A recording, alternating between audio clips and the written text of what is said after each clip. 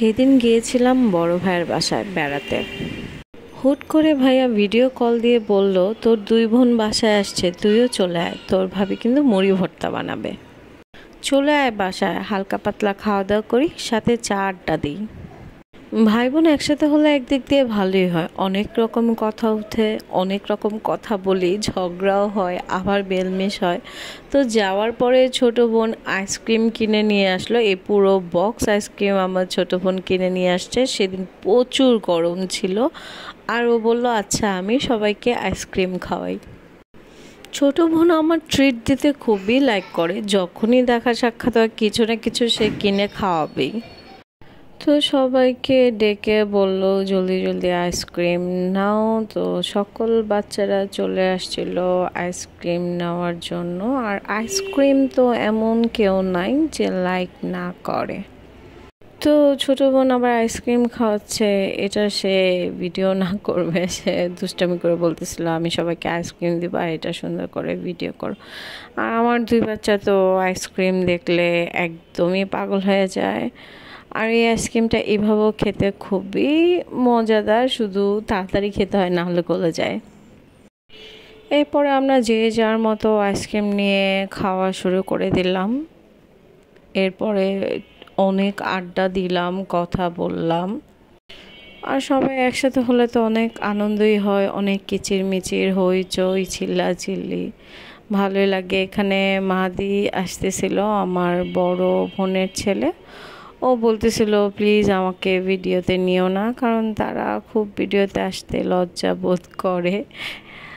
এরপরে তাকেও আমি বললাম যে না, তোমাকে তো ভিডিওতে নিব।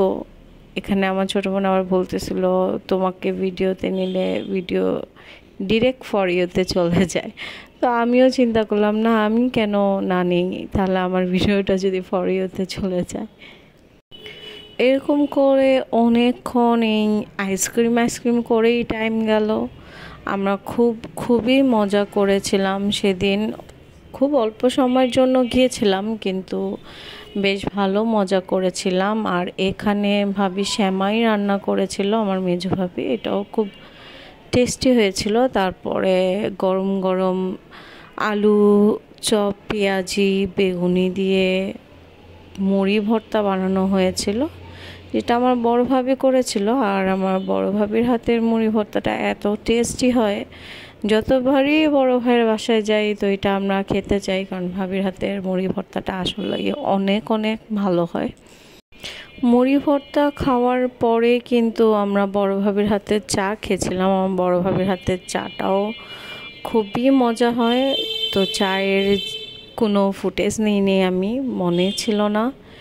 এরপরে ভাবি আমাদের জন্য রাতে রান্না করেছিল মুরগির তরকারি আর হচ্ছে কচুর শাক, কচুর একটা ভর্তার মতো শাক, যেটা খুবই টেস্টি হয়েছিল। তো আমরা মুড়ি টুড়ি খেয়ে চাটা খেয়ে রাতের খাবার কমপ্লিট করে বাসায় চলে আসি। তো বাসায় আসার পরে এই সকল ভিডিও দেখে আবার মিস করি যে এত মজাদার খাবার খেয়েছিলাম। তো এইটাই ছিল আমার সেদিন বড় ভাইয়ের বাসার সারা দিনের একটা ভিডিও। কারো ভালো লাগলে লাইক শেয়ার কমেন্ট করতে কিন্তু ভুলবেন না। চলে যাই, টাটা।